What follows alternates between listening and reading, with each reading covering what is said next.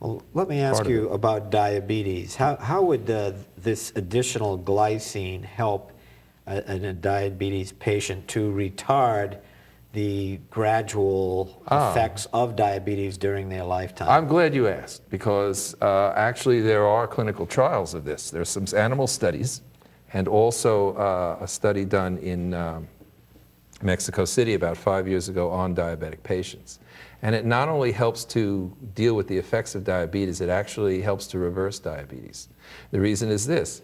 We all know now, everyone in medical research and many in the public understand that diabetes is often a consequence of having a little too much abdominal fat, right?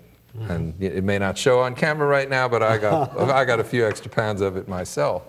And everyone knows in research that it's the yes, it's the abdominal fat, not just fat in the buttocks or subcutaneous fat elsewhere, but it seems to be that abdominal fat that leads to diabetes. And the question is why? Well, it's not so much the fat cells, but within that abdominal fat, there are a lot of inflammatory cells.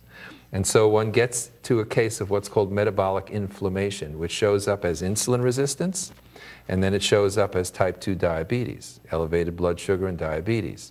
And it's probably because the beta cells, the cells in the pancreas that make the insulin, get attacked by these activated macrophages by a process of metabolic inflammation that is reversed actually when there is enough glycine. There was a very interesting study done on what's called metabolomics, where these days they do scientific studies that are called data-driven, where they take blood samples or tissue samples and they measure everything. They measure hundreds of different metabolites, hundreds of different proteins, hundreds of different genes.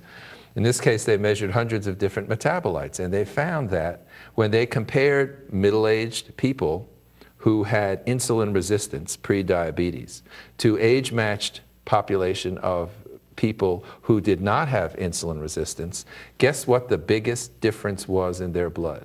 The ones with insulin resistance had much less glycine in their blood.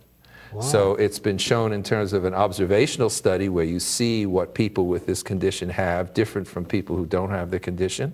And also it has been shown in at least one clinical trial that was done in Mexico City 5 years ago, as I mentioned, and we're planning to do more of those things, and you'll be hearing more about glycine and its role in inflammation. That would be very interesting. I imagine Chris Slattery would be interested in something like that. He was recently diagnosed with some type of diabetes. I gave him some. I told him all about it, and we'll see what happens. It's a subtle thing, because you have to understand, you give somebody something and you say, oh, this should help with your condition. Everyone thinks of it sort of like a drug. How much can I take? Is it safe to take it this much? Is it safe to take it if I'm pregnant? Is it safe to... And it's just food. It's the food that you otherwise throw away. It's just adding back that completener, really, of your nutrition, the stuff that we throw away, so that now you're not having a deficient diet. It's kind of odd in a way, because 100 years ago, when we figured out why people were dying of pellagra from a vitamin B deficiency down south, and they finally figured out it's because they were polishing the rice and getting rid of all the B vitamins. And so we've known for 100 years now you have to have whole grains, whole oats and whole rice and whole wheat. But no one has thought about having the whole chicken, the whole pig, the whole cow, and the whole fish. It's important to have whole foods. So there's nothing wrong with eating meat, fish, and poultry, because studies have shown, people who eat fish and poultry don't live as long as people who are vegans. It's not eating the meat, fish, and poultry. It's not eating the whole food. Mm-hmm.